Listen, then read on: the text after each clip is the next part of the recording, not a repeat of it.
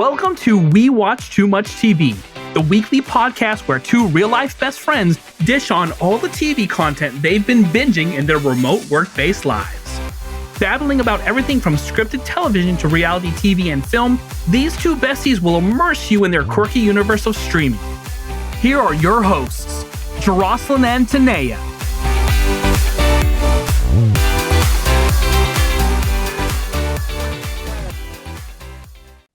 Somebody sleeping in my bed, messing with my head, taking my place. Somebody sleeping in my bed, messing with my head. Keep sleeping. I keep sleeping. Tell me why, oh why,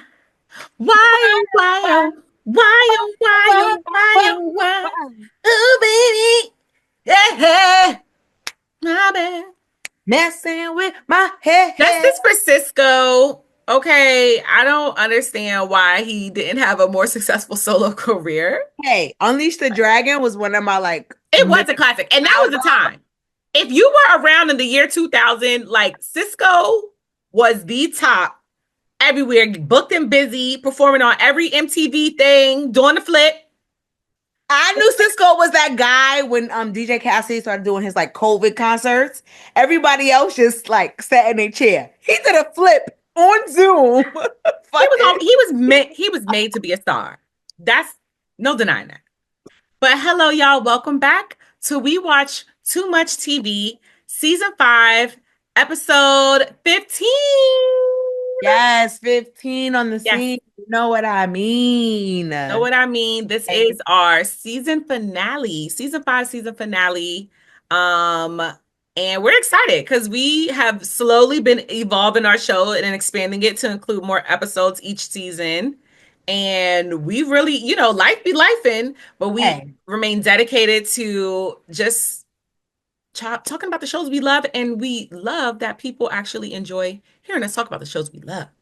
I just want to shout out. I just pulled our kind of numbers. So I wanted to give a shout out for all 180 of our YouTube followers. Yo, we've gone up 70% in the past 2 months. So I wanted to end our thing.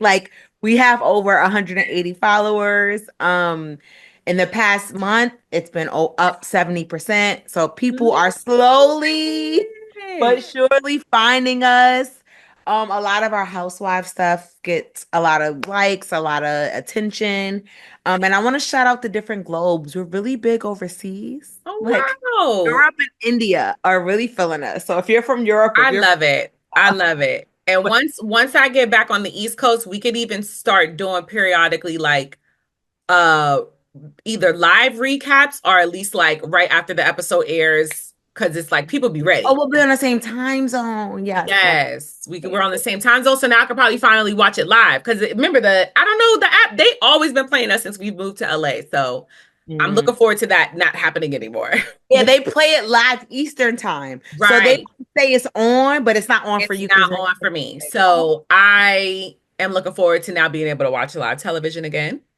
And yeah, we got more coming for y'all. So we're just going to take a little break and we'll be back. But also, a lot of our favorite shows, even one of our favorites, is nearing its end for this season. And so we'll be back just in time. We gotta follow the TV realm of it. When it's a new season, it's a new season of us. Our season finale and Drag Race season finale is always coincides, and then we're typically back by September. Exactly, and that's when RuPaul starts interviewing her next season. So yeah, exactly. Period. So we were just talking about our social media, and subscribe, follow us. You can rate and review us on whatever streaming platform that you're listening on. Send us comments. We respond back. We get good engagement too on different ones, depending on what, because we pull clips from our episodes and you guys are watching too. So yeah, we actually got a review, and that's crazy because on the shows you spoke about, a friend of mine's was like, can I get your input on this show? But it's on your weekly grab. So it just goes hand in hand. So I said that to say We listen to y'all. We take your input. We take your feedback. Please Oh, give which one is it? I gotta respond. Pop the balloon. It was a text. My friend was like, I Oh, want to know you and your best friend's opinion on well, pop. we're talking about it, so we will get into that Oh no. today. But listen, yes, follow us.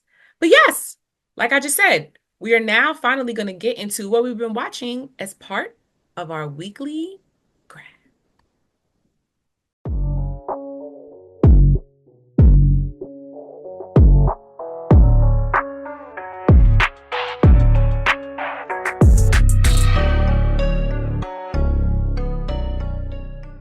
Like ASMR when they grab the screen.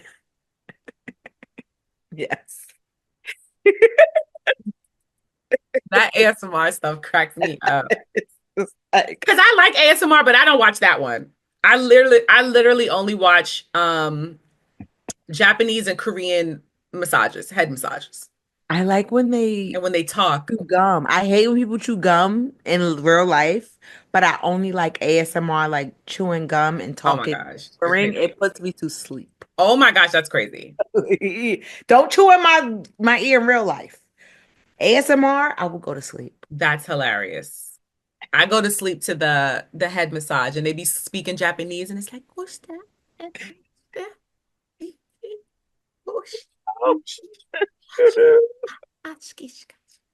And it just their little voices, it's just like I'm asleep. Thank you.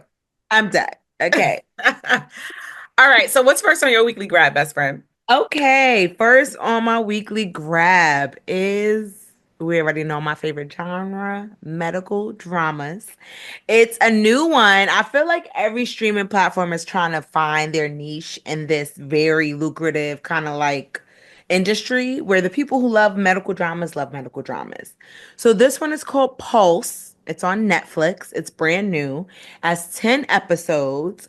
It's kind of just the same, like new residents starting, a more experienced senior residents, chief surgeons, but the biggest thing or the biggest difference between this one is a resident complained about one of her chief residents that he was sexually harassing her. She reported him to the board because he was participating in sexual harassment. They've actually been dating the entire time. They were dating, and his basically, he loved her. He was willing to give it all up for her. And I haven't finished it yet, but from what I've got gathered in the first 5 episodes, she complained that he was sexually harassing her, but she also lived with him. And so I think the biggest thing is, I want to be careful when I say this, but you have so many people taking her side. Oh my God, they fired him. They gave him like, you can't come back. He's gone. They had like a medical emergency, so they needed him back for a certain allotted time. But he started telling people, do you trust this girl? Are you sure what she's saying is okay? They do flashbacks in the season. They dated. They had a consensual relationship for a year. A year. Dated, fell in love, talked to each other, and he loves her. He keeps telling all of his coworkers, please don't believe everything you hear. Give us a second. Let everything kind of reveal itself. But they have a really heated argument. And he basically calls her out. Like, you have me in this whole situation. You're not like speaking up for me. And she keeps saying, it's complicated. It's complicated. He's like, is my toothbrush not in your bathroom right now? Like, how is it complicated? You're saying I'm sexually harassing you or assaulting you, but we live together and I just had sex with you a couple days ago. So I'm only up to episode 6. I feel like with the medical dramas, they're trying to give different perspectives. I just think it gives an interesting take to the whole sexual harassment claim, that energy in that space, because you have so many people who trusted her. One of her best friends is a black guy, and that was her. He had her back from day zero. The other guy was like, remember that paper that she told you to read? I read that several months ago. So make sure you trust this best friend before you call her your best friend because everything she's telling y'all ain't true. So I think that's an interesting like space to put I'm it. confused. Listen, Are they saving lives?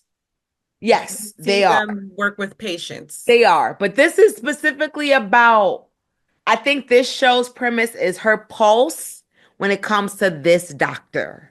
So yes, she's a good doctor. She saves patients, but they also are trying to figure out what type of person she is because she said that one of the chief doctors, she's his subordinate. She complained about sexual harassment, yet they live together. Yet her And toothbrush so is she hasn't gotten caught that she's lying. he kind of said it without saying it. Basically, somebody was calling him out while they're in surgery. And he's like, when are you ready to tell the truth? He's basically saying, you have people thinking, she has the whole hospital thinking he's some predator. And he's not. They were dating. And he I loved don't, her. I He mean, said, I love I you. get it's entertainment, it's a show. Because I'm like, I don't get why he wouldn't have just said that when he was getting fired. Like, Yeah. but I guess I they will- have to draw this out for the show. And then Yeah. I guess now you're hating the woman because it's like, why would you do that? When are you going to get called out? But then it's It's like, very is unclear. this Like I what the said, I show haven't is finished it. about? I What's haven't next finished it. season going to be about? I hope that this is some feedback they'll take if anybody's listening from Netflix. Because it kind of after the fifth, sixth episode where I was like, so it wasn't harassment. So they're talking. So why did I he don't get I know. got confused and I turned it off. And I went to another show that I'll talk about later. But Here's my pulse on this show. Yeah, there's that. what's first on your weekly grab? Because you're dead. You died. Time of death, 8:13 p.m. Okay. First on my weekly grab is Because you are confused. That show. That not Pulse. Pulse. They killed you. Not You Pulse, but it is on Netflix.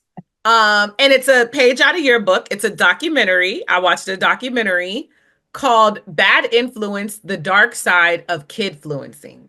Kidfluencing, yes. About like the YouTube kids. So this one, it's 3 parts, and I'm interested to see if there's going to be more episodes and they follow other kids because a lot of parents you know been you like getting arrested or getting sued for like, the momagering of their kids on YouTube. So this 3 episodes follows the story, like the scandal surrounding Piper Raquel. This was a little girl who was from some part of Georgia and just already had that bubbly, vibrant personality. The mom picked up on that young, put her in pageants. So she started off as a pageant girl. And then as she started getting like older, like even like 10, social media is coming. And they had did like some video and it got, some views or whatever. So the mom was like, let's, and also I believe that these are what the kids were wanting to do, right? All these young kids are like, oh, I want to do a YouTube. I want to start a YouTube. So she starts a YouTube when she's like really young. And from there, she started just organically connecting with other little kids. And then they would make content together and it would perform well.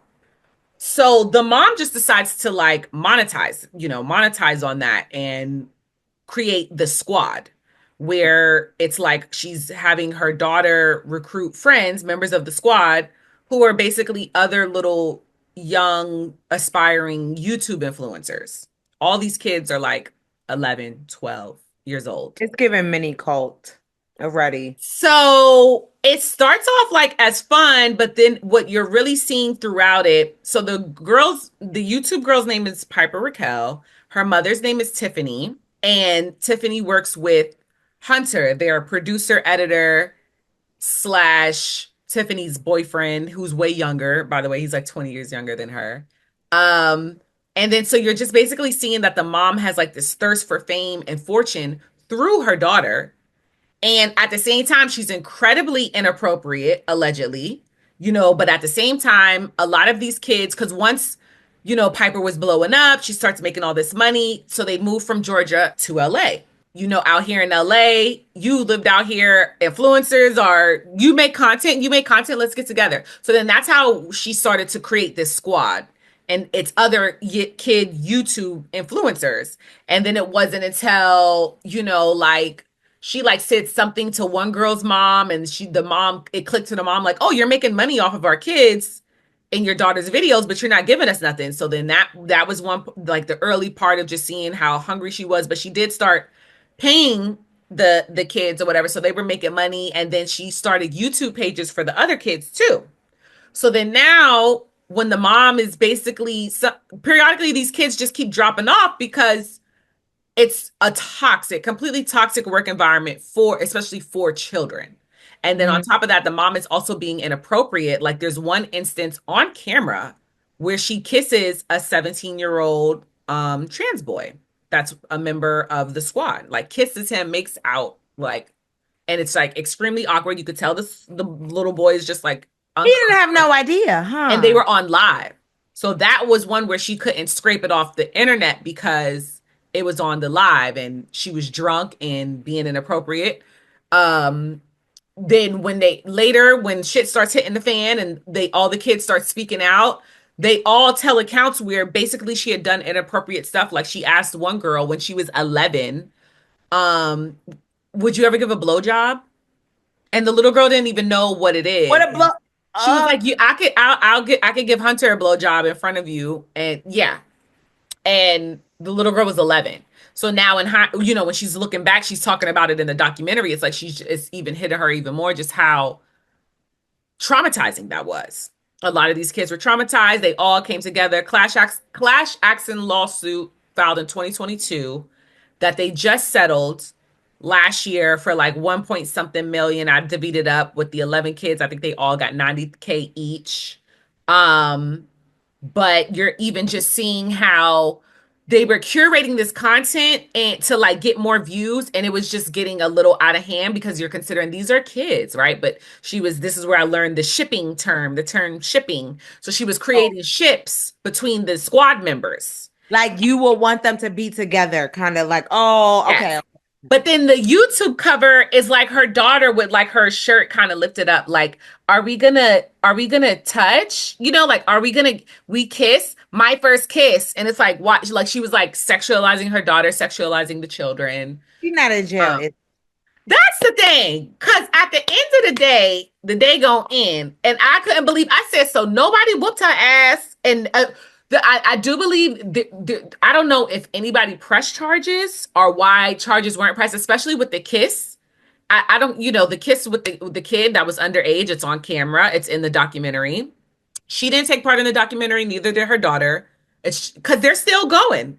Now she has the daughter on another platform, Brand Army, where it's basically like OnlyFans without like nudity, and kids can be as young as 13 to upload content, but you have to be at least 18 to pay and subscribe to the content. So what is this now promoting and allowing?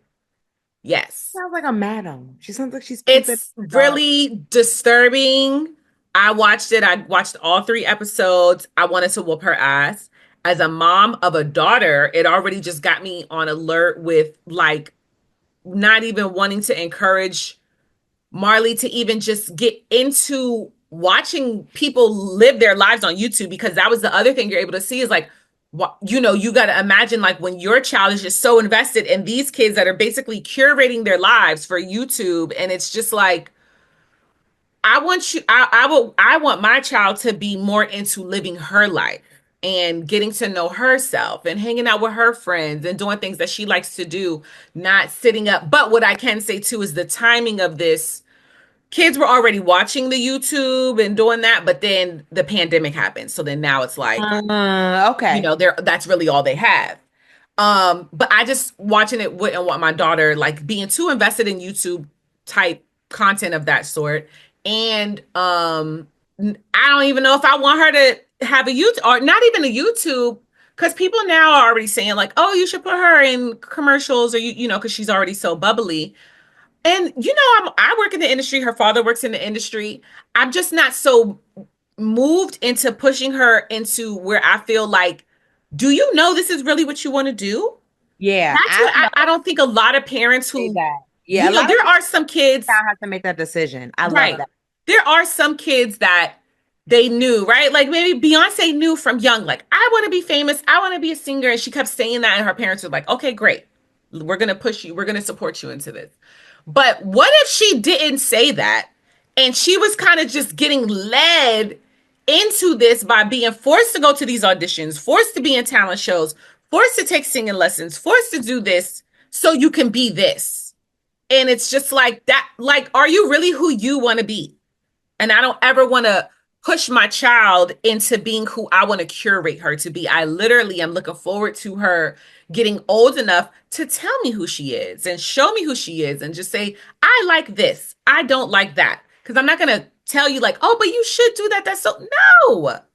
And so that's really what was like really also disturbing for the parents that their kids got victimized. People are of course coming at them like, oh, how could you not like I can see how they were just trusting their kids to just go hang out and make YouTube content.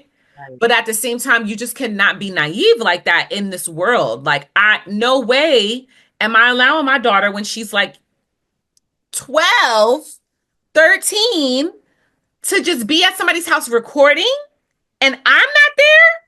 Yeah, Hell there's no no. way you're getting my child. I'm sitting here the whole damn time. I'm already even thinking about when I'm gonna start letting her go to the movies, and I'm not gonna pick up. I'll be right there. What time is the movie? I'll be right there. Oh, you want to hang out with your friends? Y'all can hang. Where are we going? I'm not. You can hang out with your friends. I'm not gonna be up with you with your friends, but I'm gonna be right there. Because I think the unfortunate part is like that's a parent too. That's another thing. You would trust your kids with, but if Exactly. parents are partaking in this like Right. predatory behavior, who are you to say? Crazy. Oh, that sounds good. I'll add it to Crazy. The other thing too is like, were y'all not looking at the way she was posting the videos on the YouTube, like the skins and the stuff? It's good though. I do hope that they do other because they kind of highlighted, like they showed a clip of one lady in court and stuff. So I hope that because the title of the documentary wasn't about the girl, like the story of Piper Raquel, which they do with other documentaries, or they play off of the situation with the title. This one just seems like it's an open-ended docuseries for this issue of the dark side of kid influencing. So hopefully there's more episodes to come, but it's only 3 episodes. So when you got some time, check it out on Netflix. It's crazy. And I felt like shout out to LA. California have changed their I think before this, they're like whole rule that you have to, if you're putting content out with your kids in it, they have to be getting paid from that content. Because people are just creating whole lives for themselves. That's the other thing too. I post my daughter on like periodically. If you actually look at my Instagram page, like you have to kind of go, there's certain posts of her or she's in it, or you might have to go through a slide and then see, it's her. But I don't dedicate my page to my daughter, and I haven't started an Instagram page for my daughter. And no shade to anybody who's doing that. I'm just not doing that. And, I'm just going to be mindful of how I choose to post my daughter online because, like even recently, I didn't even think too much of it. Somebody some guy replied to like a little Instagram story post that included Marley. It was of Marley, and he wasn't following me. And I was like, what the fuck? I just didn't respond and I'd be too busy. My son is a dog. So right. It's just, you have to be really careful. And especially with children. And especially are creepy. People are really creepy. And they're really on the internet. Like there are people out here that really have sicknesses and have attraction to children. It is disgusting. It's literally, if not the most disgusting thing in the world, one of. And so you just want to be mindful of that. And what you're seeing from this docuseries is people aren't, clearly, because they're focused on putting their kids out there, and I get it, letting your kid have fun, and then y'all make some money. But there's also a dark side. Yeah. What's next on your weekly grab? Next on my weekly grab is just another new season of one of my favorites, Top Chef. Personally, I love Miss Kristen Quiche as the host. Better than Padma, the old host. I mean, I might be a little biased because Kristen, I love you so much. But was she a contestant on the show? She won. She was She was the first contestant to get eliminated. She got voted back in on Second Chance Kitchen. So she was the first Second Chance Kitchen winner, and then she won the series.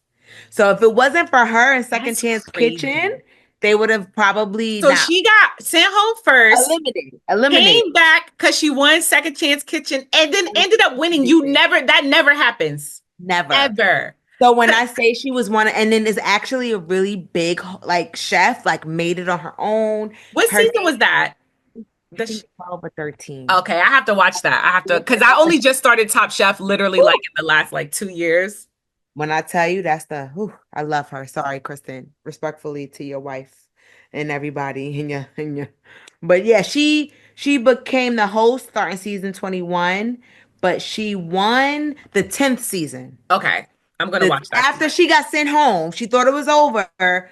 Tom created first Chance Kitchen. Like I said, I think it's like the first time he created it. She won, got back into the competition, and won the whole thing. One season. That's 10. crazy. Because even now, when you watch the show, people can win First Chance Kitchen and come back, but that very rarely is ever the person that wins. No one has ever won after already getting eliminated. She's the only one, and now she's hosting the show. Divine. It's because she's so beautiful. Anyway, I'm sorry. I love her. Yes, so season 22. Season 20, like she's hosting season 22. She's the main host. Tom and Gail are back there in Canada this season. So you kind of get a lot of different cooking challenges. Mm-hmm. I love Top Chef because it teaches you that like sometimes you just have bad days. There are chefs who've won 3, 4, 5 James Beard Awards. They are like acclimated, but they just sometimes don't have enough time. They forget to cook their sauce.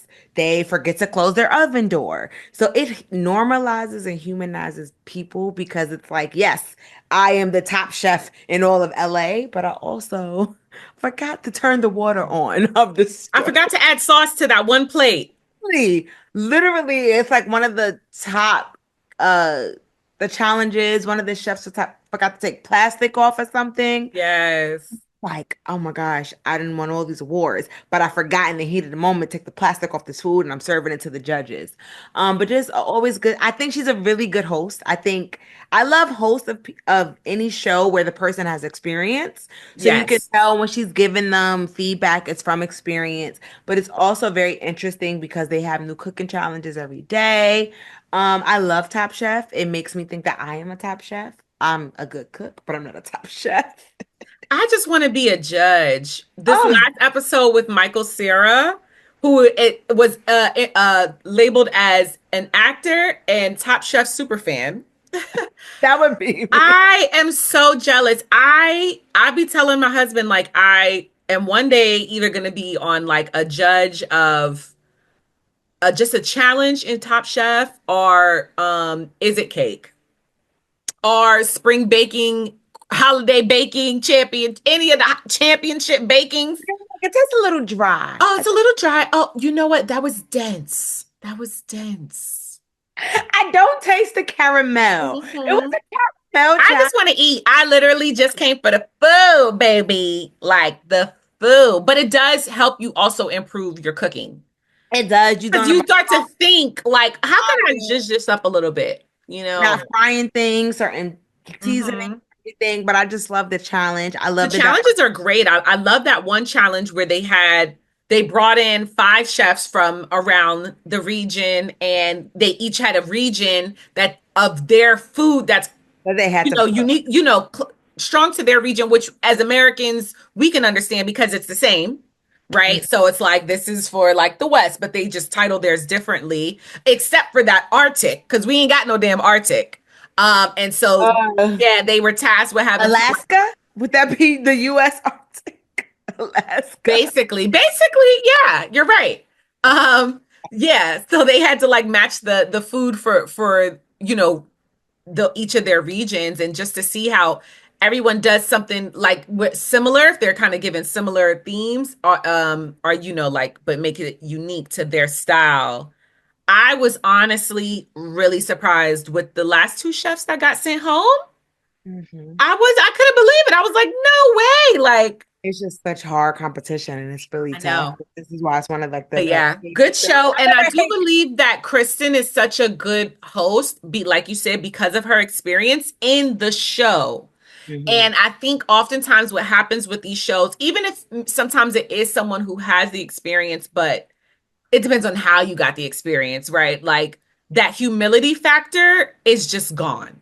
Yeah. And you see it, but you see it more, I would say, on like the fashion shows. I'm watching old seasons of Project Runway with Heidi Klum and Tim Gunn and Nina Garcia, who's still on the show, but it's like their way of delivering feedback is just so mean. It is so mean, girl. So like, you know. I don't like it. But it's the energy of that show because you get Heidi Klum on. Actually, no, I'm lying because I remember making the cut, and I believe I had did a panel when I used to work on AfterBuzz, and I said the same thing. Like, I don't like how Heidi talks to the because she probably brought that from Project Runway because it's like, Heidi, have you really sewn anything ever? Girl, no, she was a model and had exactly. So it's like, where are you coming from with all of this? But then you see on like Top Chef, I would even say Next Level Chef, because yes, Gordon Ramsay, he curses, but it's like he's literally mentoring it with love. So you could just from him, from Blaze, from my homegirl Naisha, the way they speak to the chefs is just with a level of like they understand what you're feeling right now, but relax and you're gonna get through this. And I get that same tone from Kristen on Top Chef because even at times some of the guests that she has come in, they might have that little uppity, but not her. So it really that resonates with me because I really hate watching snooty ass judging unless you're like doing it on purpose to like, you know, but it's like, come on. I don't really like it on Project Runway. That's the one thing. That's why I'm still disappointed that Making the Cut and Next in Fashion are not here because it's like, y'all going back to Project Runway. It's basically just condoning them. That on our promo when you were like shows in our hair. I was like, I know the two shows she's exactly talking about, Making the Cut and Next in Fashion. They just disappeared. And it's just not fair. Those were good shows. It's harder for the newer 10 Friends. Yeah. I mean, he still got Queer Eye, but he ain't got no. I know. Okay. So, and it was my turn. We went on a tangent, but we're gonna actually it flows. Well, what's next on my weekly grab actually flows because it's still about food. Next Level Chef season 4. It's really heating up. I'm really loving where they're taking this season with just the way they're doing the challenges. We are seeing the judges get in the kitchen with the cooks, and that was my favorite. That was my favorite. Or even this last one where it was like quick fire rounds of 20-minute cookathon to the bottom level. And it was just so sad to see Natalia fall short. Also, just too, because I believe there was like some other chefs that they got lucky this time around. But it's a couple chefs that's just like, I'm just still there. The one that made that damn po' boy sandwich when it wasn't like the challenge, that it was like, why would you do that? Him. And then the one little girl we all know because she's been in the bottom a little bit, but yeah, good. It's like, are you that good, or they just like young? Yeah, but you know, I'm really just loving how they're finding new ways to keep the show spicy. When it's already spicy, right? Like this is what I love. I say it every time when I talk about it because I talk about it every season. But the excitement that this show gives you because of the style of it with that conveyor belt, and then them having to, they don't know what they're cooking, right? Like you don't know what meat you're gonna, what ingredients you're gonna get to make this recipe in 30 minutes. And I'm sure it's so tense, so stressful, but they rise to the occasion each time. And then you're also seeing sometimes the judges kind of like get in and help them chop stuff, and it's just exciting. Always too when they drop stuff on the dish to the bottom. And they have it in their shirt, and they're like, yeah, I dropped my tenders, my chicken tenders. Yeah. My favorite thing about that show is that eventually stop becoming teammates. I feel like most shows where there's teams, there's always teams. Yes. And they might like each other, but after a certain point, it's like everybody for themselves. Everybody for And themselves. I'm just really rooting for Richard. I pray when we come back next season, he has won. I feel like he is owed a win. He's just like I know. I feel like this could be his season though. one of his cooks, I feel like is the one to beat. But the way I'm wondering if and I really like the little young girl. Like she has such a good energy and spirit. But I am wondering like if it's gonna get tense for her because it's like she right now you could, start to feel yourself a bit if you just keep winning. So yeah. And like I said, Gordon Ramsay's his whole team is under 25. I couldn't believe it. Like that really yes, just, three people. He voted on the 18, 22, and 24. Crazy, but he's a genius. He's looking to the future. Yeah. So yes, Next Level Chef season 4. Love it. It's on Hulu. Go watch it. What's last on your weekly grab, best friend? To end out our medical dramas for the season, the one thing that you can always entrust is that I'm gonna watch a medical drama. TikTok has been talking about the pit, the pit, the pit, the pit, the pit. So as I was taking out these braids this weekend, I watched The Pit, all 15 episodes of season 1. And it's one of my favorite medical shows of all time. The difference between this medical show and all the 50,000 of them watched, the whole season is 1 day. So each episode of the season is only 1 hour of 1 day in the pit, which is they call the emergency room. When we go to the emergency room, our families call it like the pit. So it is a lot of doctors and nurses have been saying it is the most accurate depiction of what we go through as nurses. So it takes place on, I think, a Friday or a Saturday in Pittsburgh, with the head doctor, his nurses, residents, and like just what goes on. And like I said, it's 15 episodes, but it's only 15 hours in a day. So that one season is 1 day, which I love because when you watch Grey's, when you watch The Post, they make it seem like all of this stuff is happening no, this is all within a week or two. Within that day, they had a mass casualty shooting. They had a little girl drown in the water. They had a same-sex couple with sickle cell who needed treatment. There's just so many medical cases they have during the day. Right. And it's the most it was so heartwarming, so gut-wrenching. I was rooting for Noah Wiley. Shout out to him. He was on ER back in the 90s. Now he's like a head doctor in this new show. I want to give a big F you to whoever's trying to sue him, trying to say like the pit is like ER when it's not. I tried to watch ER, which was like Grey's Anatomy in the 90s. I couldn't get past the first episode. The pit has me. If you're into medical shows, if you are into the drama without the drama, the biggest difference between the pit and Grey's Anatomy is that that 2 nurses used to date in the pit, but they don't show you why. They don't give you the backstory. They focus on the patients and current, but then they tie everything around. Like the head doctor, his mentor died after COVID, and so it kind of affected. The day they were shooting was his 3-year anniversary of dying. So you have some context, you don't. They have new doctors starting, and their first day, there's a shooting in like a pit fest, which is like a Coachella in the TV world. Anyway, all 15. I don't remember a show where I had to finish it. Like I had. Yeah. Every time I turned on my TV, it was to finish the pit. If they don't win every Emmy that they're nominated for, it's gonna be crazy because it's such a good show. It sounds like good writing and like the way they connect all the stories. They have real life doctors. I'm not confused. Yes, no, they have real life doctors on the set. It's you would like it better than The Post because you won't be confused. It's like they're at the ER room. So then you get to see the waiting room. I've never seen a medical show where they show the waiting room. When we go to the ER, you have to wait hours. They show a guy eventually getting angry and he hits a nurse because he goes in for a heart murmur. He's there for 7-8 hours. They determine that he's not serious, which I've been through when I've gone to the ER. If you're not bleeding or nothing's broke, they don't care, but you get to see it on the other end where he gets so mad he punches a nurse in her face. And they talk about like doctor and nurse abuse, which has been up since COVID.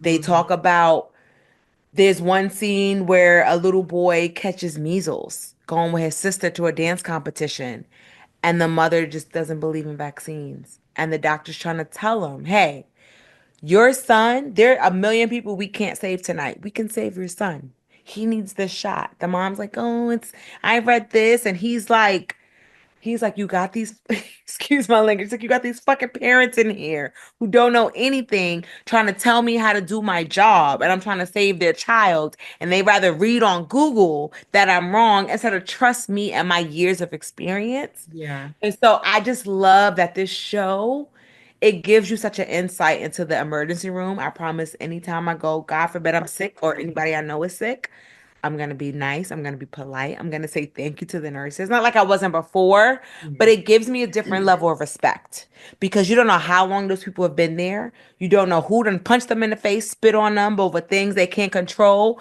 But then you have the corporate people and the masses like, we need better satisfaction. We need higher satisfaction scores. The head doctor's like, but I need more people working. You don't want to give me the budget. You want me to get better scores so I can make you look better, but you don't want to give me hardworking doctors and nurses. So Mhm. The Pit, best Yeah. medical drama I've seen in a long time. I finished season 1. Can't wait for season 2. It's coming in January. That's wrapping up my weekly grab. What is All right, wrapping with up the your medical week? dramas. I And love no a medical surprise drama. that Tinaya wraps up her season 5 weekly grab with not one but two I medical love it because I and Kristen Quiche. yeah. It's very all on brand for Tanea. Last time my weekly grab is on brand for me because it's on my favorite channel, HGTV. And it's one of my favorite shows. I've talked about this show before. But each season it's new. Rock the Block, season 6. This time they made it different. It's rookies versus vets. So two teams, it's their first time on Rock the Block competing. And then two other teams are veterans, one consisting of two people that have competed on the show before, one being a prize winner. So they are in Utah, gorgeous. It looks like it's a great area, mountain views. As you know, with Rock the Block, they are 4 teams are given the same property, but just in what's going to be of this new community. So they're breaking ground in this new community, building these 4 houses. So the house structure is already built, and now it's up to them to just like design it now. So it's like, say that they'll have the option of deciding where the kitchen goes or where certain rooms have to sometimes certain rooms have to be certain places because of the way the piping is set up or just if how it was already built. But for the most part, these designers really it have free game to turn this house into what they want. And so they are able to show off their own unique styles. Past winners, we've seen Egypt Sherrod and Mike Jackson win season 3, and then season 4 was Michelle and his teammate partner on Lux for Less. So Michelle is back. He's on a team with Allison Victoria, who is on Windy City Rehab. She does renos in Chicago. And then what Michelle Smith Boyd does on Lux for Lex is exactly what it says. So it's like he just makes these spaces look luxurious, whether it's an apartment, a house, just a space, and for a really good price. Then the other veteran team is the 2 new kids on the block brothers who have transitioned into home renovations, Jordan And and Jonathan, I love Jonathan that. Knight. Love it. Shout out to Jonathan, the game. Yes. So first, so far, and I'm still finishing up the final challenge, the first episode, the challenge, the judging. So far, Jonathan and Jordan are designing my house. Like they are standing out to me. I'm like they're doing like a modern farmhouse theme. Do they got the right stuff? You got the right stuff. They got the right stuff. Like I'm loving their design. So those are the 2 veteran teams. The 2 rookies are 2 couples they're all HGTV stars, everyone on the show. So the one couple, they renovate homes on Renovation Aloha, and the other one, their show is Down Home Fab. And so they all are tasked with competing to design the same 5,500 square foot homes, and starting this new community in Utah. At the end, the last episode, whoever designs their house in a way that has the highest appraisal rate, like how you gonna be able to flip that home and be worth the most, they're the ones who end, and then that little block is named after them. So the judge, block. the little town part, yes. Oh yes, I want to be on that show because I want a block named after me. The first judge that is judging on the first episode is Bobby Burke, former Queer Eye, on Netflix star. And so it's nice to see him making his soft launch on HGTV because it's clear he is moving on and thriving. He's not being usually when you do something like that. And he's such a good judge. Like everything he was saying that he didn't like about, like, I would say, for example, Jordan and Jonathan's house, it was like, yeah, there were too many like these ceiling things. It kind of it smallens the space. The way they were tasked with incorporating this little A-frame cabin they dropped, and everybody had to take pieces of wood and incorporate it into their design. And Jonathan and Jordan just took the door and like glued it to the wall and made it like a hanging piece. And Bobby was like, I would have done more with that. It just, I don't know. It's just, but the fact that they brought Bobby on the show, he hasn't been on the show before. And so he doesn't have a show. Typically, when they start off with the judging, it's somebody who either has been a previous contestant, one has a show on HGTV. To bring on Bobby, it's clear, like, I feel like that's a soft launch. I think he's going to have his own show. I'm here for it. He deserves. I just didn't like how the fallout was with him and the rest of the group. And I love what's the new one's name? Oh, Jeremiah Brent. I think he love him. Amazingly. So I think it all worked out how it's supposed to work out. And I think Bobby is just going on to his own lane. And yeah, so Rock the Block, season 6. I can't believe it's been 6 seasons. I started watching the show season 3 when Egypt and Mike won. So I've been sticking with the show for the last 3 seasons, and I went back and watched the first 2 seasons. You've been sticking with HGTV. Oh yeah, I watch it all day. When I'm like, sometimes I'll watch like other stuff, but then I'm just like, okay, House Hunters. Okay, House Hunters International. Because it really person I know who watches this as much as you is my grandmother, who will be 89. It's because it puts you in the places, though. Like when I watch these people apartment hunt. First of all, it's great. I could have just been on the episode when I was apartment searching. Literally, that's what you're doing. You're going in, and it's always this one has this, but it doesn't have that. It's real. You're never gonna really find one that has everything unless you got the budget for that. Mm-hmm. So just a lot of times, what you see, whether it's the home renovation or your apartment or house hunting, how are you going to compromise? And then what are you going to find that at least suits you? And it's always going to suit you because you're always where you're supposed to be. So that's why I love HGTV. I'm totally in my mom HGTV era. It's such a mom wife show. I'm like, yeah, I'm looking at this apartment show. I'm quick to do a house, but I love that they have that. And I love that they're opening it up. Like, it used to be just only older people, but I love how much. Like, I watch HGTV. I'm a young millennial wife and mom. Yeah, even if you look at a lot of the, like they still have some people that I wouldn't say they're not Martha Stewart. Like very rarely do you see like someone of her age. Like if you're seeing someone older, they're probably like Gen X. But for the most part, like a lot of it is like millennials, Gen X.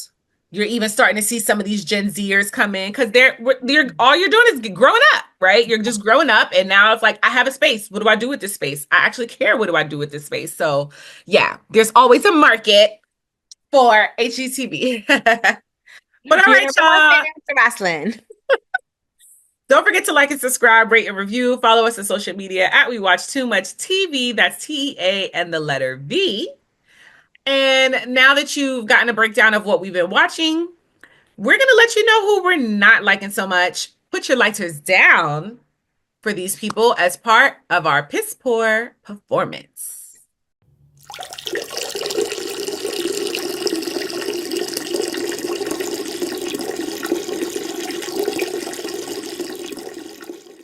More ASMR. Psst, psst, psst. Okay. Best friend, who are you not feeling? I am not feeling Got to Get Out on Hulu. Yeah. It is their new reality TV show. It just came out this past week. I gave it a good 3 episode watch. I try to give every new show, whether reality or drama, 2 to 3 episodes before I decide it's not for me.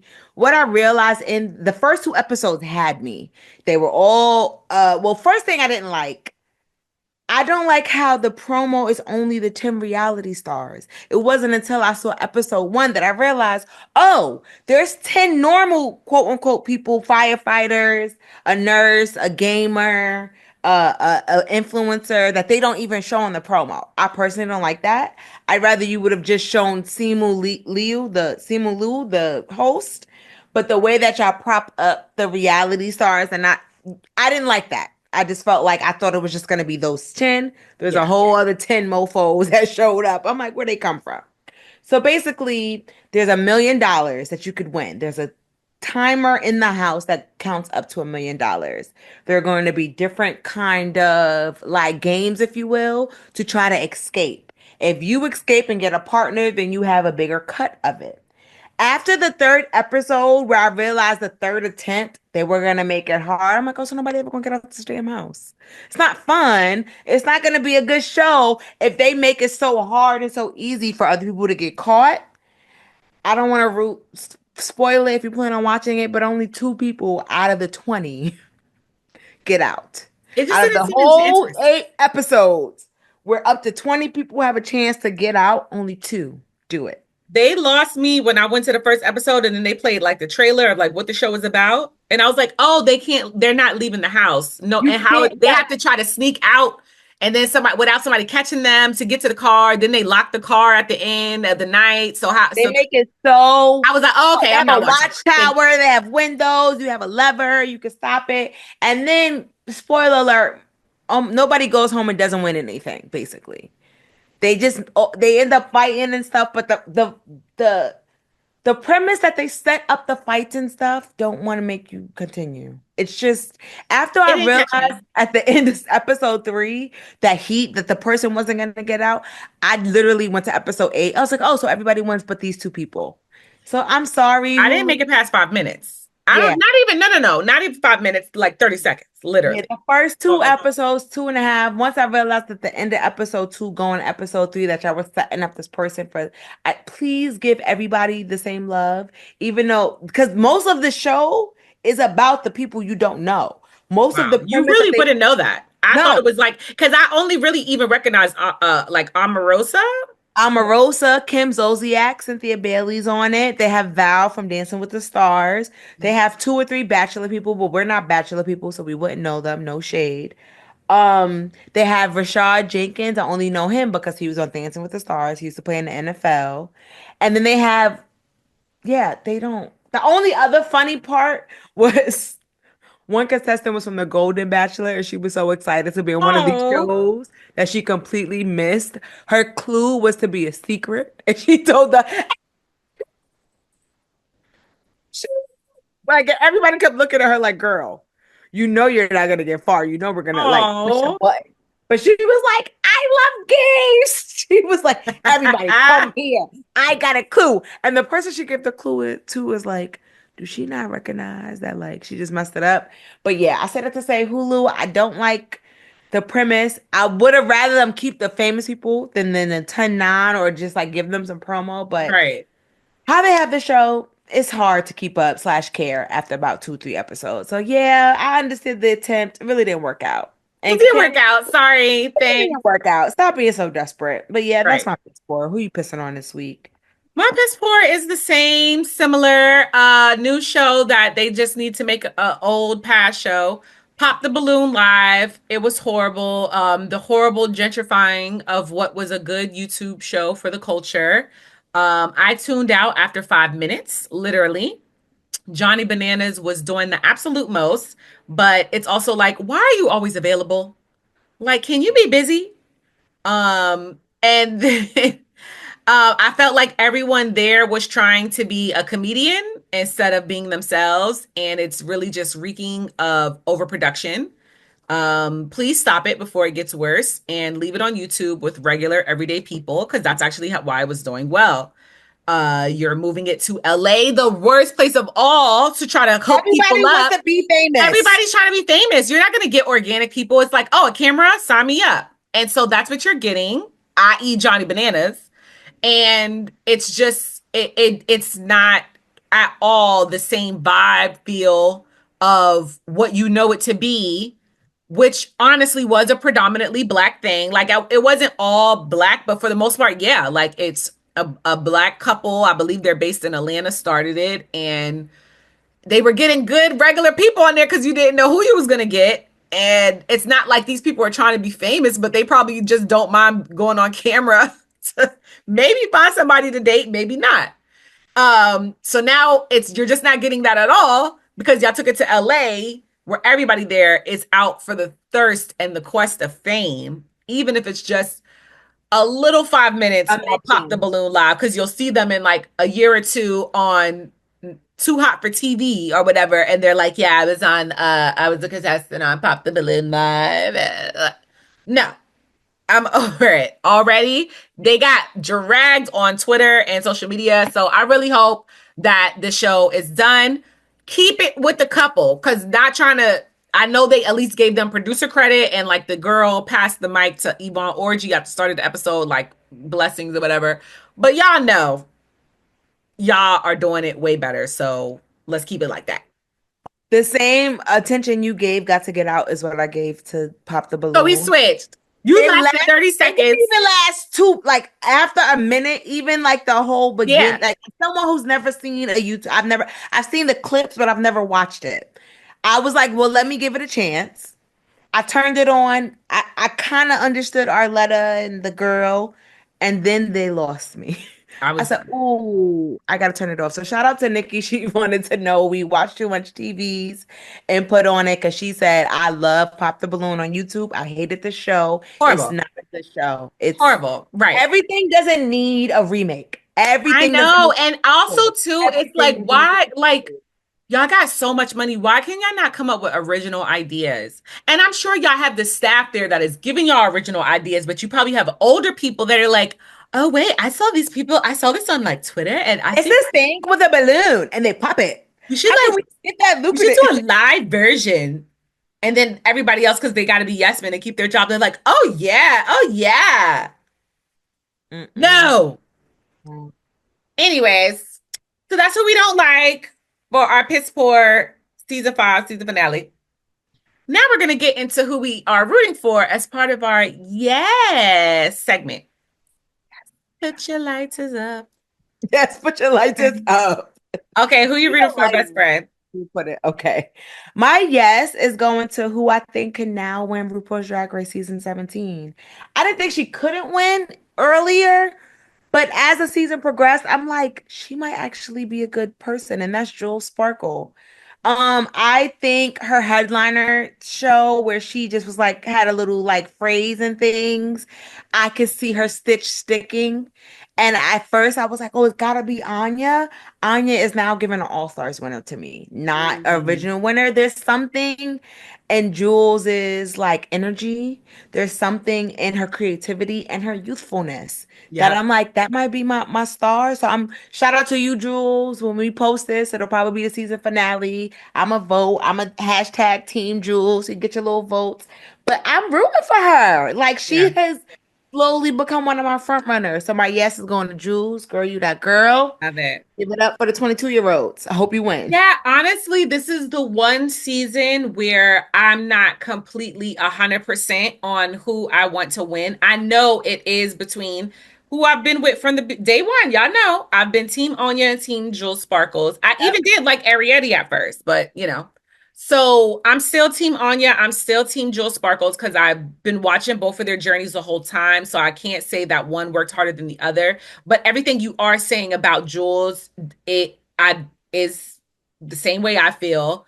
And then just when it comes to Anya, it's just like she has done what she does so well each and every time, and she stayed true to who she is as a drag queen. Like it doesn't change because it's not like she's still trying to figure it out, you know, like this is who Anya is. And I don't even feel like it's gimmicky. Like it's just it's natural. So And it is a little bit more mature, but also too, like she could be really funny too, because that's what we've seen in the challenges. So yeah, I'm rooting for both of them. And whoever But wins, honestly, this is the first season.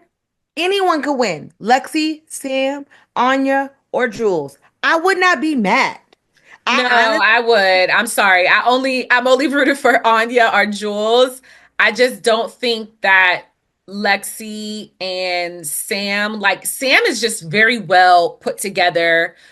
But it's so funny that the images of this, I think they just record the finale or whatever. yeah, they pre-recorded it and they announced the different winners. I So that will say Jules wore the dress that is that looks like she won. I'm the winner.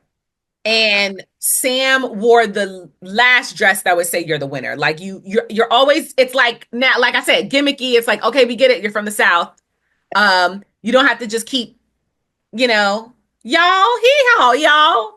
But I'm from the country. but I And do love Sam. He has given me like some of my favorite confessional moments throughout the season. Like I love his like commentary.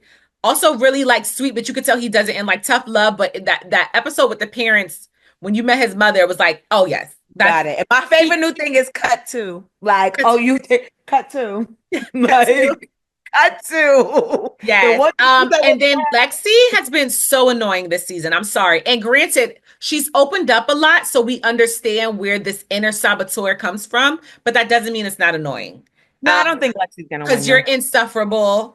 But I would say there was a point, was it Lexi or I believe, where I felt there was a challenge. I felt like, yes, there is a runway where I felt and challenge where I felt like she should have won and she didn't. And she was disappointed about it when they did the untucked. But yes, I like Lexi, but no.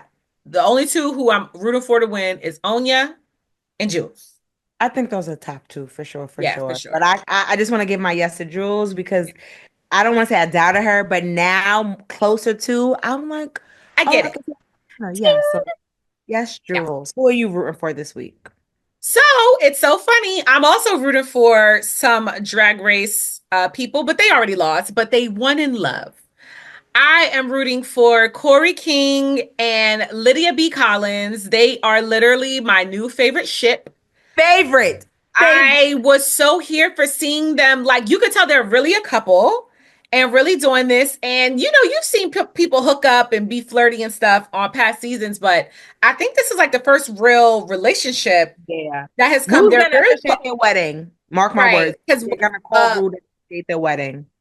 Kori's in Boston and Lydia is in Philly, I believe. They're not far. Yeah, they're not far. So I'm rooting for them. I really love it. And also my other favorite ship is on Survival of the Thickest. Tinaya, I don't care. I'm late, so don't tell me if they already broke up. But the painter dude, the artist dude, and the little student, Khalil, and his girlfriend. If they broke up, don't tell me, because right now, very rarely am I really into watching a couple on screen, like in anything, like a scripted, a movie. I don't really care. I kind of like when it's like love scenes or talk scenes. I'm just like, I'm watching it as it relates to the storyline, but I'm not like invested in it. I am like invested in watching Khalil and this woman because they really look so good together and their energy and the chemistry, really good on screen chemistry. So if they broke up, they're gonna get back together. I'm not gonna say it. All right. Anyways, so everyone, don't forget to like and subscribe, rate and review. Stick with us, especially follow us on social media because we are going to be on a break, but we'll periodically still post on social media. If it's a good show, if it's a hot take, we're gonna post it. But y'all can catch up to the first 5 seasons. Thank y'all for who's been sticking with us for all 5 seasons. Thank you to our new listeners who always text me on the side like, I love you and your best friend. So just shout out to everybody who gives our pretty little podcast a chance and a listen. We appreciate it. So on that note, let's close it out with some positivity. Some zen. Zen when. I'm sorry, I was thinking about zen when. Okay. I truly believe that everything that we do and everyone that we meet is put in our path for a purpose. There are no accidents. We're all teachers. If we're willing to pay attention to the lessons we learn, trust our positive instincts, and not be afraid to take risk or wait for some miracle to come knocking at our door. Miss Marla Gibbs. Now that I love Marla Gibbs. she's in her 90s, still acting, still getting booked. She was just on the season of Grey's Anatomy playing somebody's grandmother. Y'all better book my 94-year-old queen, Marla Gibbs. Okay. What's your positive quote? My positive quote is self-respect, self-worth, and self-love all start with self. Stop looking outside of yourself for your value. And that is from Pinterest. All right, y'all. We're closing it out with what I don't have right now. I got the first two, but not the last one. What's our closing slogan, best friend? Ooh, love, abundance, and hair bundles, because sometimes you ain't got the budget and you need to do some $25 hair bundles. Clip-ins. Or you could just do a little blowout. Let your scalp breathe. That's what I got going on right here. I'm kind of feeling it. You got to make that weave quick. I was about to put my weave back in, but I'm kind of looking at my hair and I'm like, I think I just listen, girl, you better let that soul grow. You better let that hang time in. Yeah, because we're going to glue these weave tracks in. Throwback to gluing in tracks like it's the 90s. All right, y'all.